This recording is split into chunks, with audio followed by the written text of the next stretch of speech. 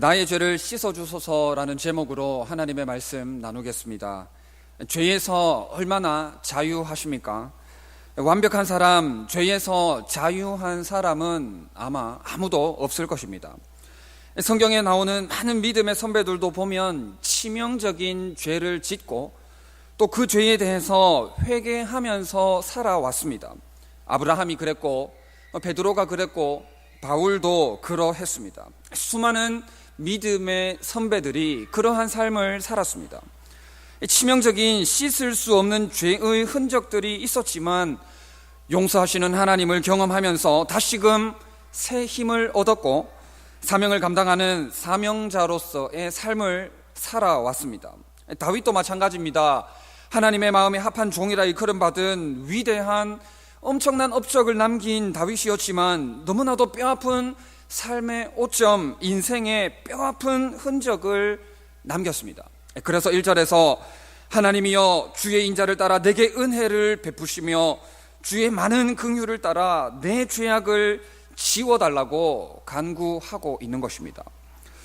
하나님께서 자신의 죄를 용서해달라고 간구를 하고 있는데 시편 51편에 보면 자신의 죄를 용서해달라고 몇 차례 몇 번 반복하면서 요구를 간구를 하고 있습니다. 1절에는 내 죄악을 지워주소서, 2절에 나의 죄악을 말갛게 씻으시며 나의 죄를 깨끗이 제하소서, 7절에 나의 죄를 씻어주소서, 9절에 내 모든 죄악을 지워주소서라고 하면서 수차례 반복해서 자신의 죄를 완전히 깨끗하게 해주시기를 간구하고 요청을 고백을 하고 있는 것입니다.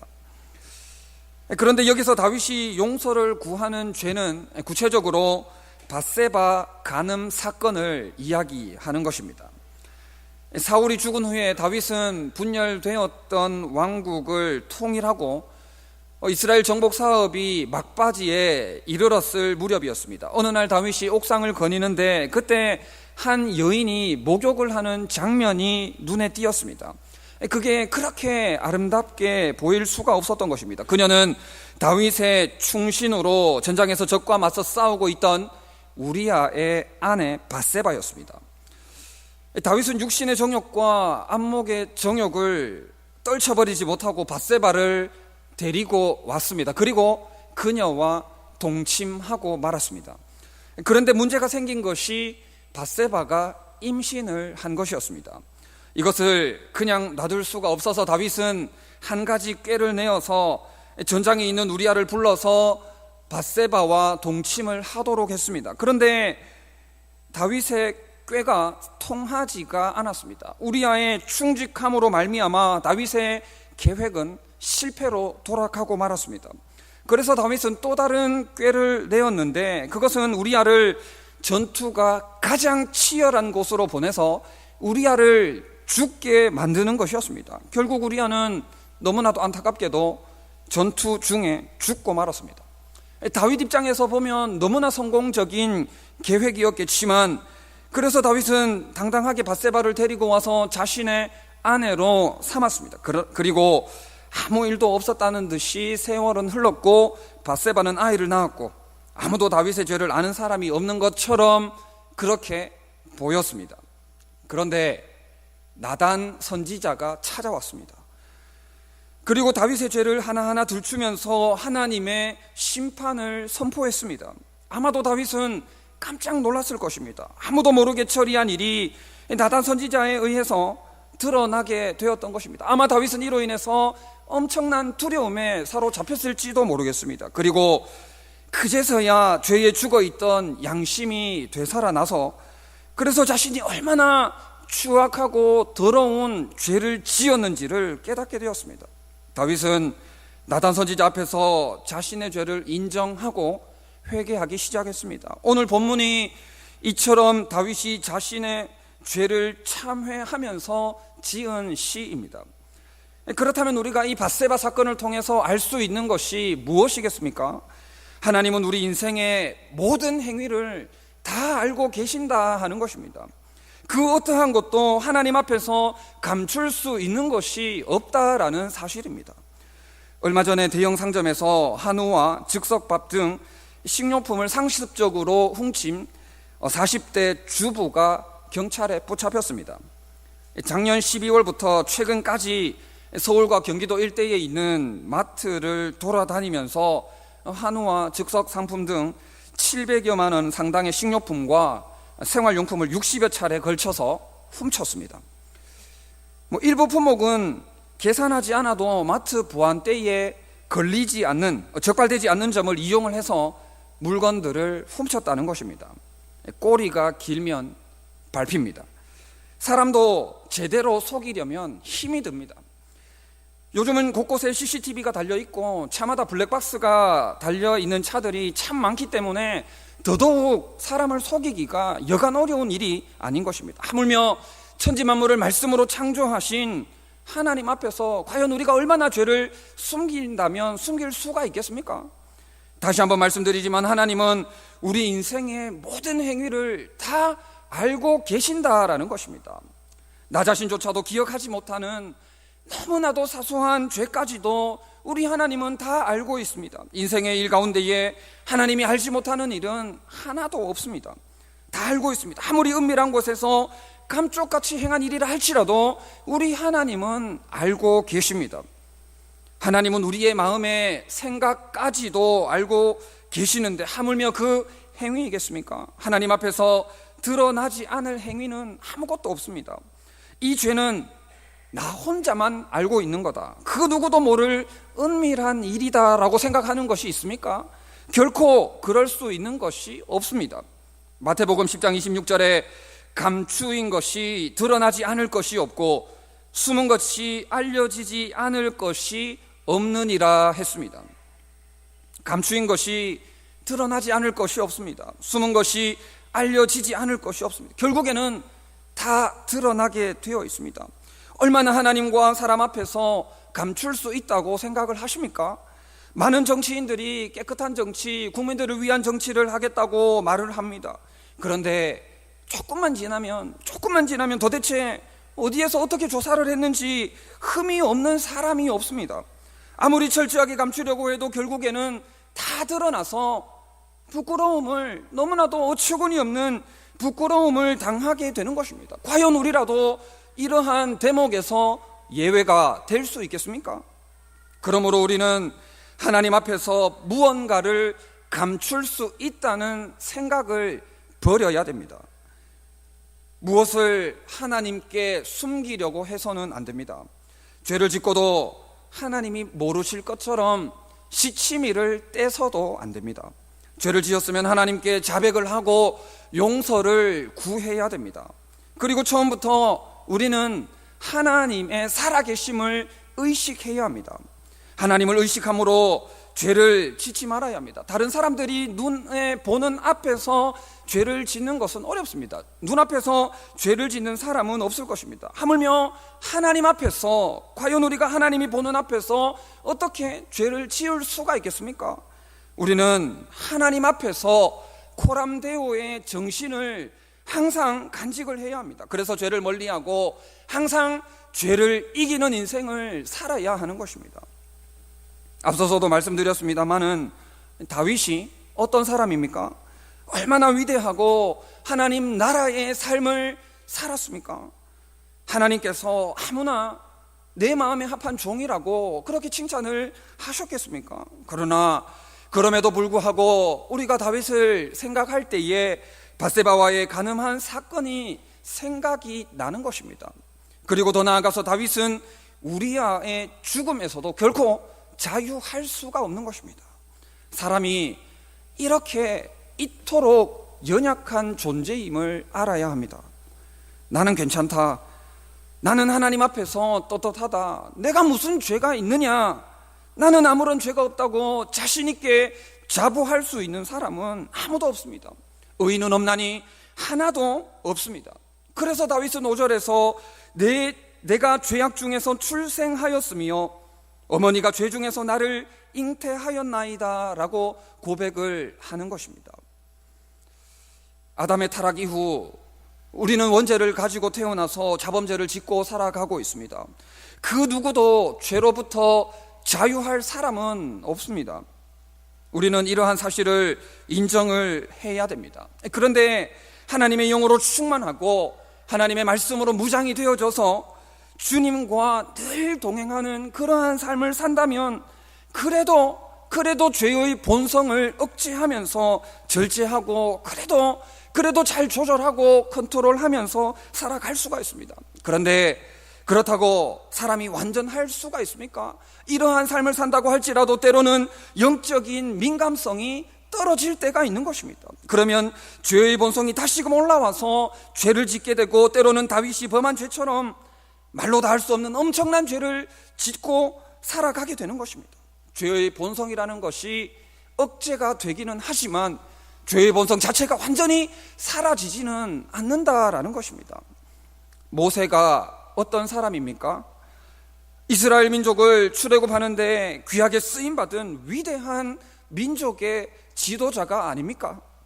그런데 이스라엘 민족이 가데스에 도착했을 때에 마실 물이 없어서 모세와 아론에게 원망을 쏟아냈습니다.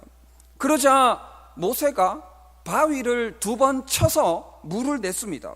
그때 하나님께서 이렇게 말씀하셨습니다.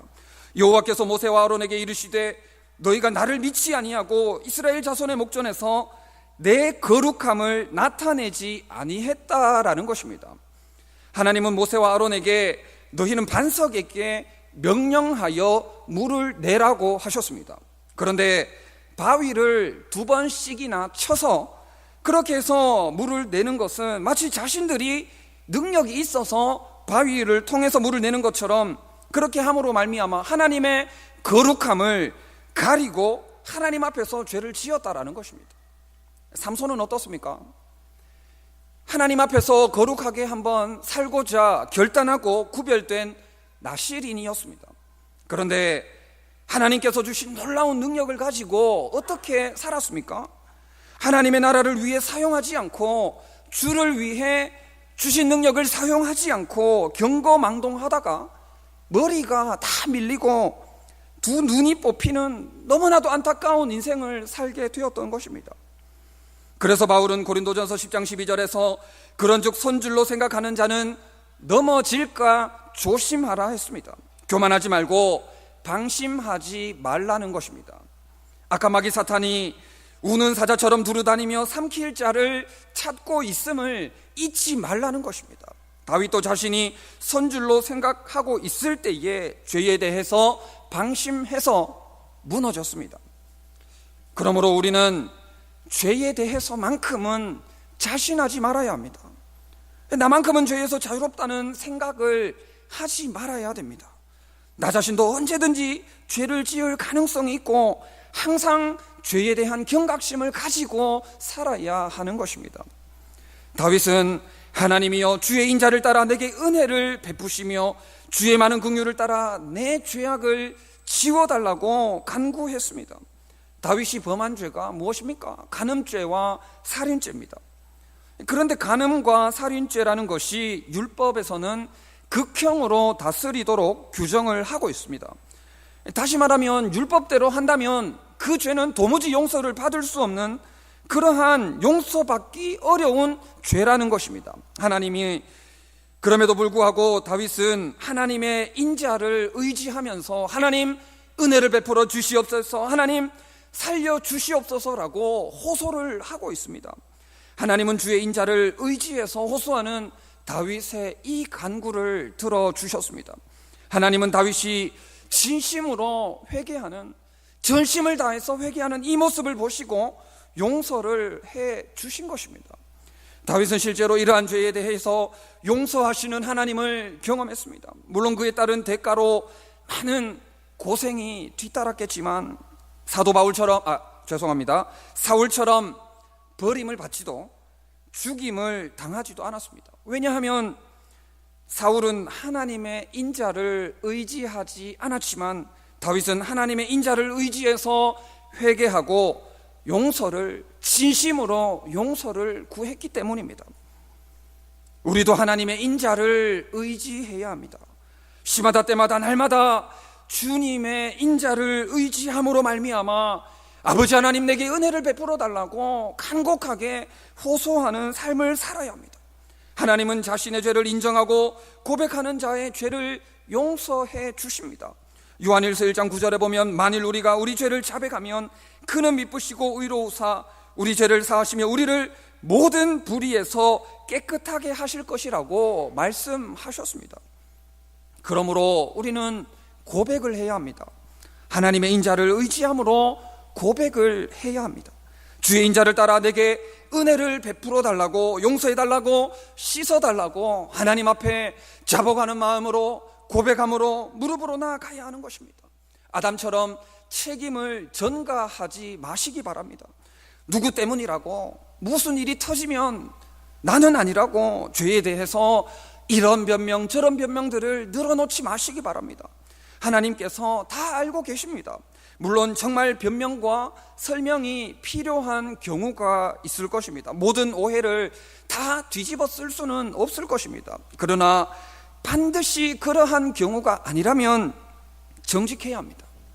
사람은 죄의 본성을 가지고 있기 때문에 어쨌든지 이 상황을 피하려고 하고 모면하려고 하고 핑계를 대려고 합니다. 어쨌든지 그것을 덮으려고 하는 경향이 우리 사람에게 있기 때문입니다. 여호수아가 가나안 땅을 하나하나 정복해 나가는 가운데 아이성 전투에서 실패의 쓴잔을 마시고 말았습니다.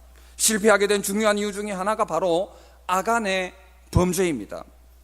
하나님은 여호수아를 통해서 여리고성을 정복할 때에 거기서 취한 모든 물건을 하나님께 드리도록 명령을 했습니다. 그런데 아간이 어떻게 했습니까? 그 중에 일부를 취했습니다. 명령에 전적으로 순종하지 않고 탐욕을 부린 것입니다. 아간 한 사람의 죄로 말미암아 이스라엘 백성들은 죽임을 당할 수밖에 없었고 이스라엘의 충만했던 사기는 땅에 떨어지게 되었던 것입니다. 여호수아 7장 후반부에 보면 제비 뽑기를 통해서 아간을 찾아내는 장면이 기록이 되어 있습니다.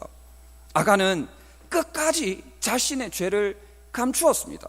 자신의 죄를 덮으려고 했고 할 수만 있다면 자신의 죄를 감추었습니다. 구체적으로 여호수아가 묻기까지 끝까지 자신의 죄를 감추었던 것입니다. 더 이상 어떻게 할 수 없을 때까지, 더 이상 감출 수 없을 때까지 아간은 버텼습니다. 그러나 영원히 우리의 죄를 감출 수는 없습니다. 하나님은 아간의 죄를 이스라엘의 죄로 여기셨고 그 죄를 드러내셔서 너무나도 무섭게, 너무나도 참혹하게 그 죄를 다루신 것을 알 수가 있는 것입니다. 하나님의 인자는 모든 죄보다 큽니다. 그러므로 더 이상 인간적인 노력으로 죄를 감추려는 그러한 행동을 하지 마시고 하나님 앞에서 솔직하게, 정직하게 죄를 인정하고 고백하시기를 바랍니다. 다윗은 왕으로서 어쩌면 나단 선지자에게 허위사실 유포자로 처단을 할 수도 있었을 것입니다. 왕이기 때문에 어디 거짓말을 하느냐고 하면서 당장 살인해, 당장 이 자를 처단할 수도 있었을 것입니다. 그러나 다윗은 그렇게 하지 않았습니다. 신앙 양심을 회복하는 계기로, 다시금 자신이 회복하는 계기로 만들었던 것입니다. 그렇기 때문에 지금의 다윗이 있는 것입니다.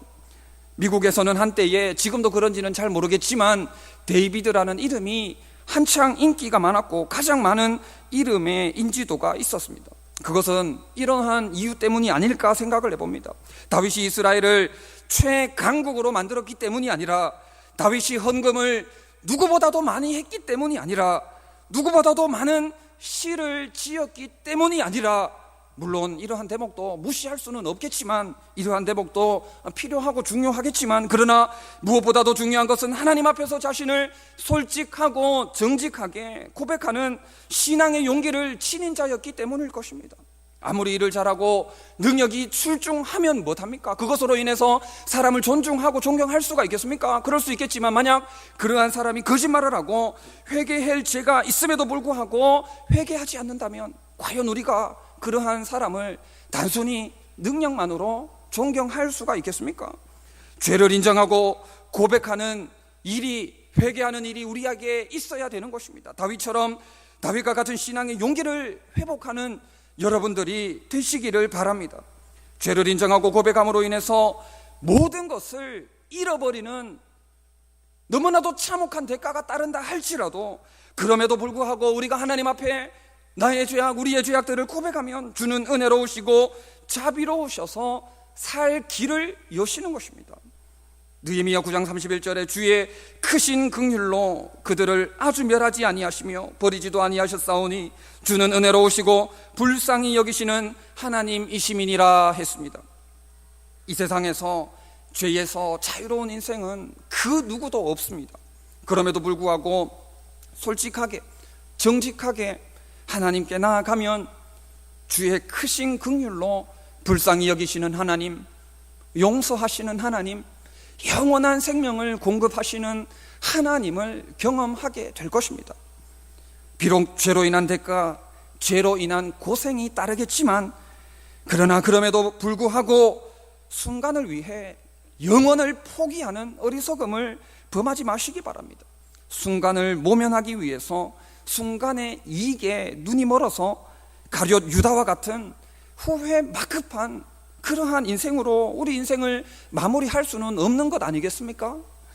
어서 돌아오시기 바랍니다.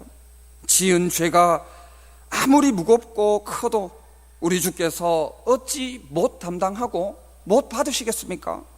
우리 주님의 넓은 가슴은 하늘보다 넓고 넓습니다.